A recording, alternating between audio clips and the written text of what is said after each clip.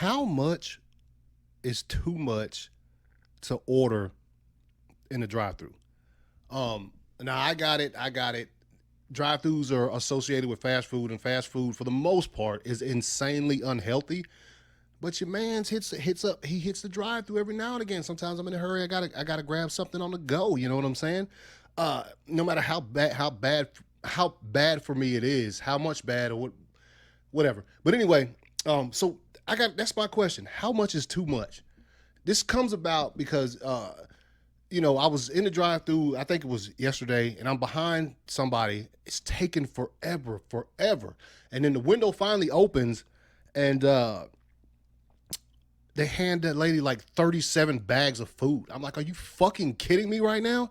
In the drive-thru? See, it was my understanding the drive-thru was created for fastness. You don't have time to really stop, park, get out. You just drive through, grab your meal, and go. So like ordering like fucking 17 Happy Meals and like 20 cheese, but get out of the car. That's not for the drive-thru, right? You know that. I'm up here ranting about the drive-thru on my fucking podcast. Quit being lazy. Run.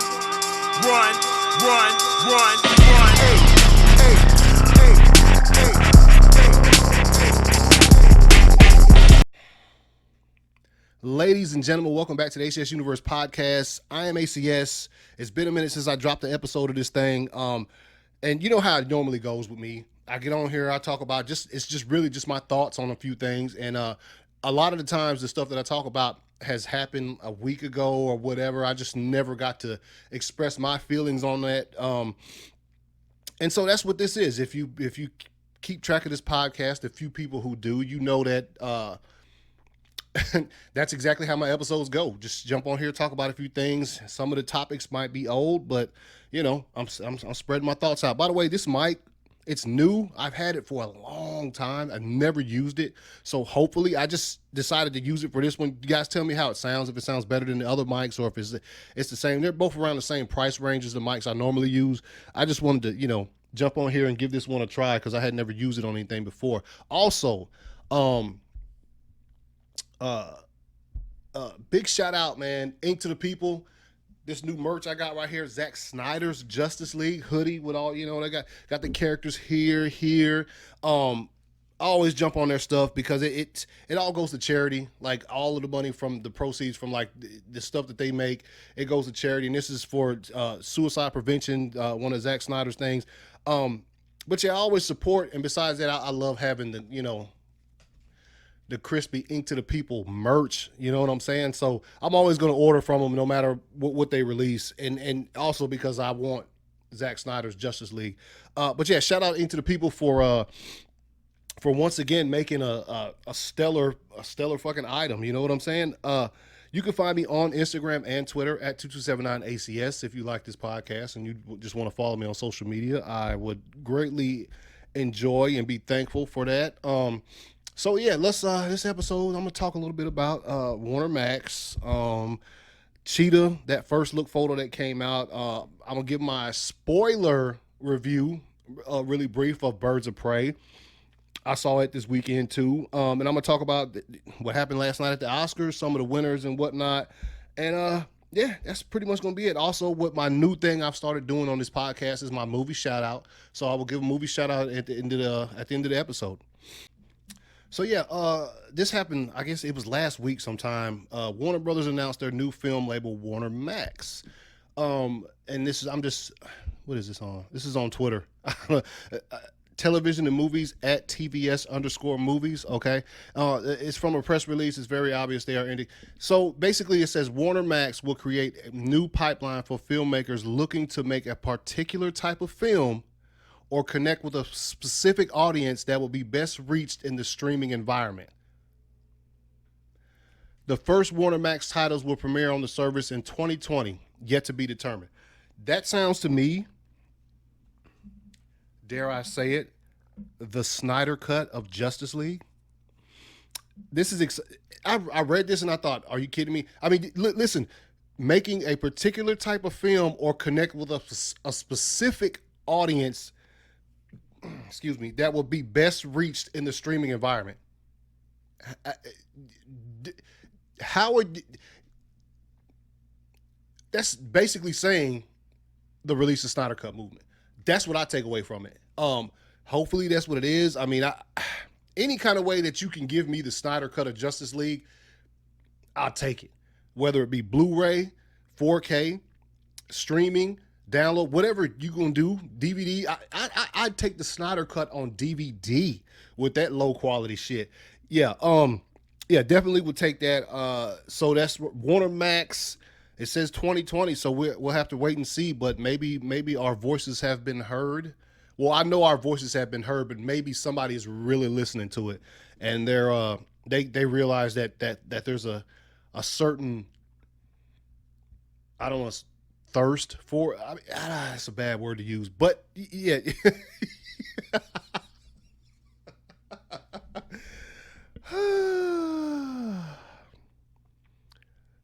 I know a lot of y'all out there got that. But anyway, we are wanting this movie, been asking for it for over 2 years, and it look, this just sounds like, I don't know. You be the judge of that. You can, wherever you want to go, any kind of social media, get on Google and Google Warner Max, and you're liable to find this fucking release statement by Warner Brothers talking about their new streaming service, or whatever you want to call it. Also, what happened just a few days ago was the first look at Cheetah. Now, Kristen Wiig's Cheetah from Wonder Woman 1984. Now, when I first saw it, I didn't know if it was accurate or not. A lot of people shared it. I think it's real, and I think it comes from toy promos. So look, I'm not going to officially say that this is an official photo. I don't know if it is or not. I've seen a lot of people say it was. I do not know. I'm just glad it doesn't look like cats. Okay.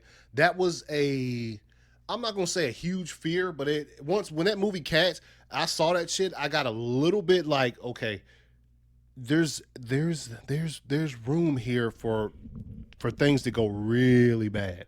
But looking at the picture right now, doesn't look that bad. I heard a lot of people say they don't like the fact that she still has a human nose. I like it. I think it looks good. If she had a cat nose, see, that's the thing with you teeter-tottering, man. If somebody out there is really good with Photoshop or really good editing, like, graphics and shit like that, take the picture and put a cat's nose on her and see what it looks like. Because that shit might look like cats. And we can't have that shit looking like cats. You know what I'm saying? But yeah. So I like it. I like the little the black here. My girl Meg, one of my mutuals on Twitter, she was talking about the lipstick. I don't know if they'll change it. I would rather it be black like it is in the comics for the most part. But I think if they go with the pink, it's probably going to be because it's 1984 and there's like, that type of 80s, Miami Vice pinks and blues and all of that kind of shit, which it did seem like they were going for that in that trailer. So we'll have to wait and see. I'm pretty sure now that this has come out, now that this has been released, or not say released, just that has been leaked or whatever, now they're going to show her. Definitely going to show her. It's in some kind of capacity. Final trailer, official photo release by Patty Jenkins or Gal or whatever, that may be. That they're going to have to now, because now that that's come out, and look, to me, it doesn't look that bad, but I'm sure the first time they wanted the public to see Cheetah, they probably wanted it to be a better picture than that. You understand what I'm saying? So, that's the same thing that happens when people, they go and they record with their cell phones, they record trailers at Comic-Con, and then the studio releases the trailer that was supposed to be exclusive to Comic-Con. They go ahead and release it because they don't want that shit product out there on the streets. So, I'm sure that we'll get to see an official thing, sooner rather than later. Especially because I know they gotta release a final trailer for it. So, and I ain't even gonna talk about the Super Bowl spot. No good. No fucking good.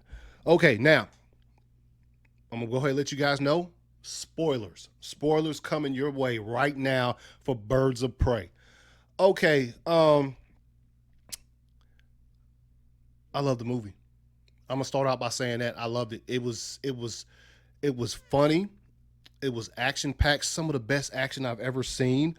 Um, and look, the story was people talking about the story. It was like it was a contained story. It didn't leave anything open at the end. It was a contained story. So once again, spoilers. I'm about to go into spoilers here. Um, that's some of the best. Of course, the a movie trilogy that I consider to have some of the best fight choreography is John Wick. And then dude from John Wick came and did some reshoots for Birds of Prey. Um, so that's been well documented, and this movie had some of the best choreographed fight sequences I've ever seen on screen. And I'm gonna be honest, man. Even look, before you, all fight sequences in movies, they're choreographed. All of them are. So don't you have to know that and realize that and understand that going forward before you're up there talking shit, because one one of the best ones I've ever seen is the Batman warehouse scene in fucking BVS. You know what I'm saying? And this one, some of these scenes were up there with it, man. The way that they designed, the movie is super. I hate to use this word, but the movie was fun. Like, I had a good time watching this. Me and my wife went and saw it, and she was not looking forward to it at all. She's not as much into this shit as I am, so she thought it didn't look that good, but she's like, I'll go see it. She's like, it's pretty good. Yeah, so let's get into all the performances. Bruh. Of course, Margot Robbie is Harley Quinn. Okay, if you took away anything from Suicide Squad, you realize that Margot Robbie she's Harley Quinn. Okay, the mannerisms, the voice. A lot of people don't like her as Harley Quinn. I'm like, how can you not? Um, uh, so she is. She's Harley Quinn. The story was very simple. It was, they gave you a what, a why, a who. Everything is explained in this. So I don't understand how people can complain about this story or just say it was eh. You know what I'm saying? I mean, they literally laid everything out for you. Very, very simple thing. I gotta go back to that action, man. The action, the roller skates, bro. The roller skates. But yeah, great action, simple. It felt to me like a 5-issue miniseries of comic books. Like, it opened and it closed itself at the end. Of course, it left itself open for like sequels or whatever. But as far as that storyline went, the one thing I will say I didn't like about it, when it comes to comic book / superhero films, I'm not a big fan of like killing major villains. You know what I'm saying? And so when at the end, once again, spoilers, Black Mask gets blown to fucking bits, which was awesome to see. But because now he can't be brought back again. And Ewan McGregor knocked that shit out of the park. You hear me? Zaz was great. Super fucking great. Also, and this is very, very odd to me. I don't know why it happened like this, but the DC opening sequence that first premiered with Wonder Woman, the animated where it showed all the characters and it zoomed out, very cool. I liked it a lot. They didn't use it for Shazam for some reason or another, and so I thought they were done with it because major changes to the DC cinematic universe or whatever. They brought it back for this one, which is odd. Like, I don't understand why they just skipped one movie in this, these movies, and then all of a sudden we're just like, let's put it back for Birds of Prey. This is I will tell you this is very much it's very much a Harley Quinn movie. Although the supporting cast, Canary, fucking Huntress, man, dude, Montoya, they all did a great job. And right there, that part towards the end when they're like, so I guess we're going to have to team up. Fucking amazing from there on out. Look, I already knew the movie was going to be ultra violent because I just had heard it's a lot of violence. I think I was caught off guard a little bit by how many fucking F-bombs they dropped in that bitch. So if I live in a small town, in the South, and So the crowd I seen coming into the movie theater, it was about half full, I'd say. The crowd I saw in there was like, they didn't know, they didn't expect that. I expected the violence. I expected some swearing because we all know in the trailer when she says, "Because I'm Harley freaking Quinn," we all know what she says, right? But so, but I was like, "Oh shit!" Hey, they kept it 100. You hear me? But yeah, so the movie overall, I loved it. I loved it. I loved it. Right now, and things always change with me. I would, after seeing it twice, I'm gonna give it 4 out of 5 comic book covers. Okay, um, it was great. It was great, um, and this is the one I saved this for last because I just so the box office was not good for this movie this weekend. And I that kind of, it scares me a bit because of how good this movie is, how great the performances were, how good that, and I don't want this to deter like Warner Brothers or DC from trying to repeat this. This movie is awesome, and it only 33.3 million opening weekend, lowest. You know what? Go see the movie. If you haven't seen Birds of Prey yet, go see Birds of Prey. It's really, really good.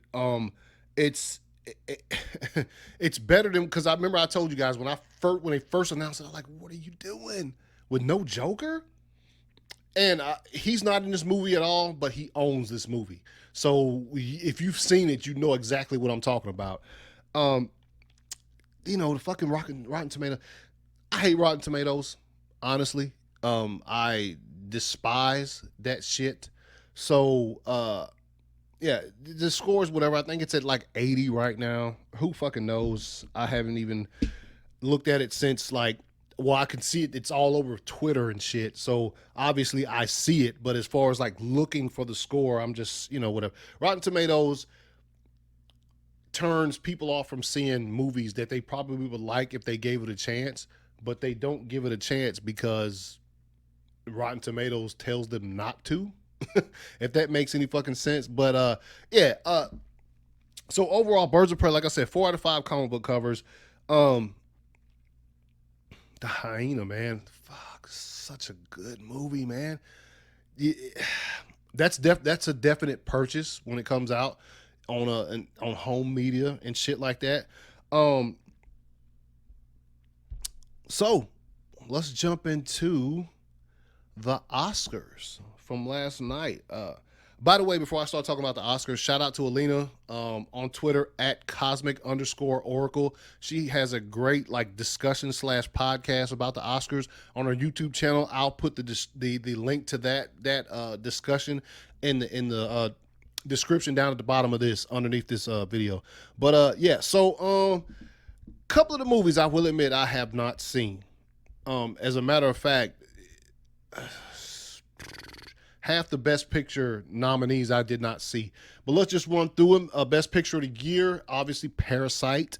Now, I have not seen Parasite yet, but me and my wife watched the Oscars last night, and we were like writing down, like, we need to watch certain films. So we will be watching them. But yeah, I haven't seen Parasite yet.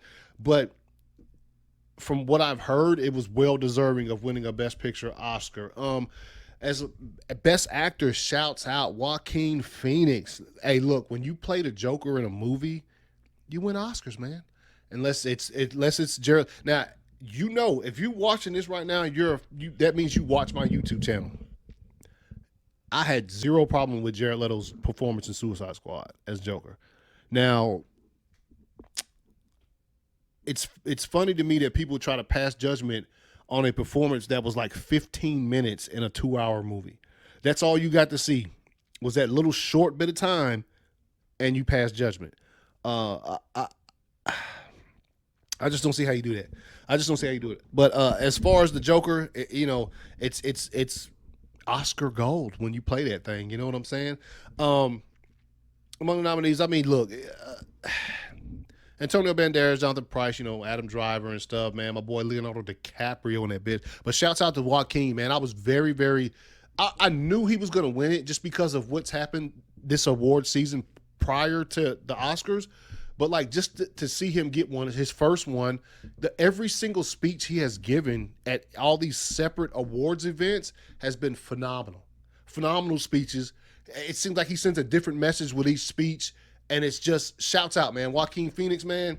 If if by some type of small minuscule chance you listen to this podcast, hey, shouts out, man. Congratulations. Best Actress, Renee Zellweger, well deserved. Let's keep going. See, Best Supporting Actor, Brad Pitt. You know what I'm saying? Once Upon a Time in Hollywood. Hey, shouts out Brad Pitt, man. That's one of my favorite actors, man, to be quite honest. Best Performance by an Actress in a Supporting Role, Laura Dern. That was a surprise. I thought it was going to be... Look.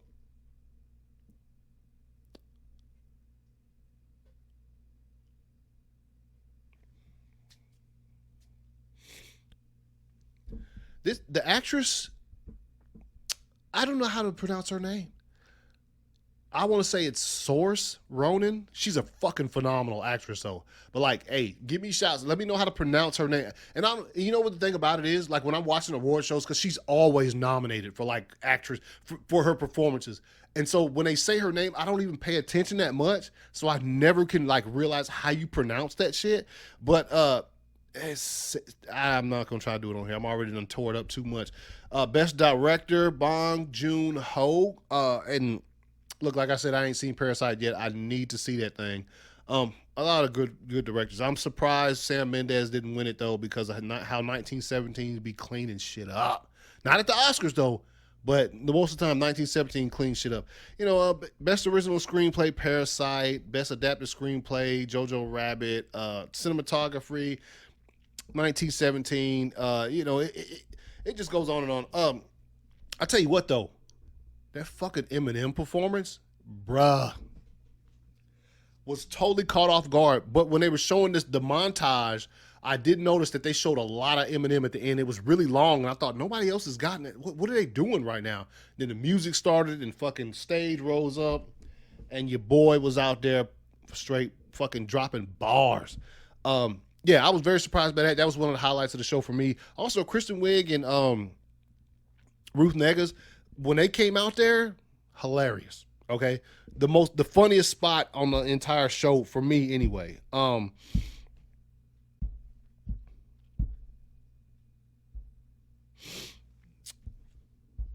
Yeah, funniest part of the movie. Once Upon a Time in Hollywood. And look, you know how I feel about comic books as superhero films and stuff. When I start getting on here and start rattling off and talking about them, I heard y'all, you know, I know y'all probably saw my last episode, which was the list where I ranked them and shit. Y'all out here talking about Avengers Endgame was robbed for visual effects. Y'all look like some clowns. CLOWNS. Clowns. The movie looked good, obviously, but you can. I'm not gonna get into it too much. There are several scenes in that movie that you can tell. They call it They call it floating heads. In other words, you know. And dude, it's in the movie. So you're up here. If you're arguing the point that Avengers Endgame deserved to be nominated or deserve to win the Oscar for best visual effects, y'all can miss me with that shit. Like, seriously. You know, if you've read my list or if you watch my list or whatever, you listen to it, you already know. Over 1917? There's not a scene in that movie that I can remember that I thought, is that, it looks kind of funny, like CGI. There are several of them in any game. You know what I'm saying? So, hey, you know, you can be upset all you want, but when you start going out on a level like that,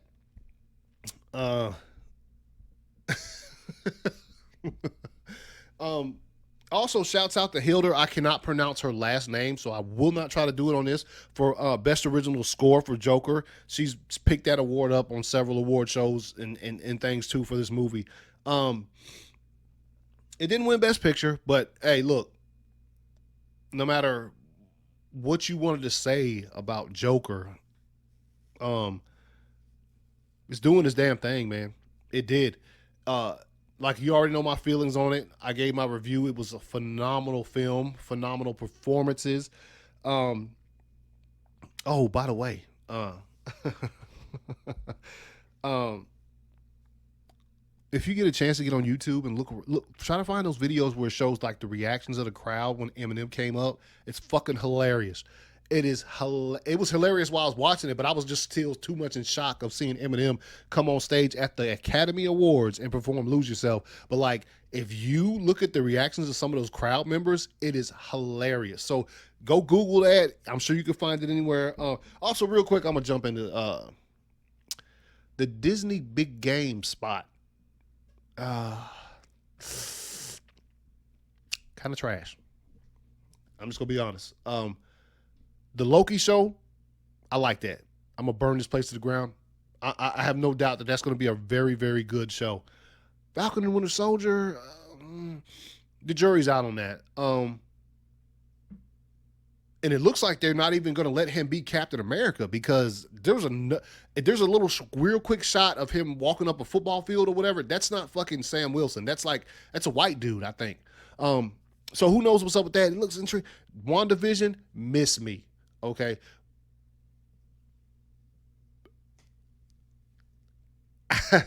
I don't know what else to say about that. I don't know. Apparently maybe I need to read the comics. I might get a better understanding of it because there's that kind of relates to some comics written about those two characters. But what I saw, not making me want to, keep my Disney Plus subscription alive. Loki though, shouts out to Loki. You know what I'm saying? Shout out to Todd Hiddleston. You know what I'm saying? Come on the show, dude. All right. And so what I started doing not the last episode, but the one before that, where I give a movie shout out at the end of the podcast. Shouts out to just movies that I love and I've watched, a bunch of times, and that it doesn't necessarily have to be in the comic book / superhero genre. So this week I'm gonna shout out Finding Forrester. Yo, this movie is tight, dog. If you ain't seen it, it's an older movie. Sean Connery gives a great performance. It's if you haven't seen it, spoilers. I mean, this movie's pretty old. It's about a kid, an urban kid. He's really good at basketball. He's so good at basketball, in fact, that he gets a scholarship to a private school to play high school basketball. But not just good at basketball, dude's a hell of a fucking writer. So he gets in with Sean Connery plays an author who wrote a very, very popular book like in the 50s or some shit and just quit writing. But he still, maintains, because the book is very, very, very popular. So he still gets royalty checks, all of that shit. Anyway, so he doesn't write another book and just disappears from society. And then he stays in his apartment, never comes out in public. And they get in, they meet, and he shows him how to better write and all of this kind of stuff. And there's a kick-ass scene at the end where he comes, he comes down to the school and helps him out. So yeah, Finding Forrester, if you have not seen it, I warned you with the spoilers. Go find it somewhere on wherever you can download movies or whatever streaming service you can find and watch Finding Forrester. Awesome fucking movie. One of my favorites of all time. So yeah, you guys, that's the show. If you like this podcast or whatever, you can find me on Instagram and Twitter at 2279ACS. Like, share it, post in the comments. Tell me what you'd like to hear me talk about on another episode. You know what I'm saying? Tell me did I miss anything talking about Birds of Prey or whatever, you know what I'm saying? Also, if you're a sports fan, football in particular, I have a football podcast that it was weekly. It's gone to bi-weekly now because the season's over with. But yeah, instant replay. It's available on my YouTube channel. It's also available wherever you download your podcast. Also, Video Rewind. It's a show me and my wife do on my YouTube channel, where it's basically what it says, Video Rewind. We watch old videos and we watch old movie trailers and stuff like that, stuff from the 80s, 90s, early 2000s, and we have a kick out of it because a lot of that stuff is just, it just wouldn't make it today, and it's just hilarious. But that being said, I'm glad you guys listened. Thank you to all my listeners. Thank you to all my supporters who retweet my stuff, share my stuff, who support me in general. You know what I'm saying? I really appreciate it. And so that's going to do it. Until next time, ACS Universe Podcast. Release the Snyder Cut. Run, run, run, run, run. Hey, hey, hey, hey, hey, hey.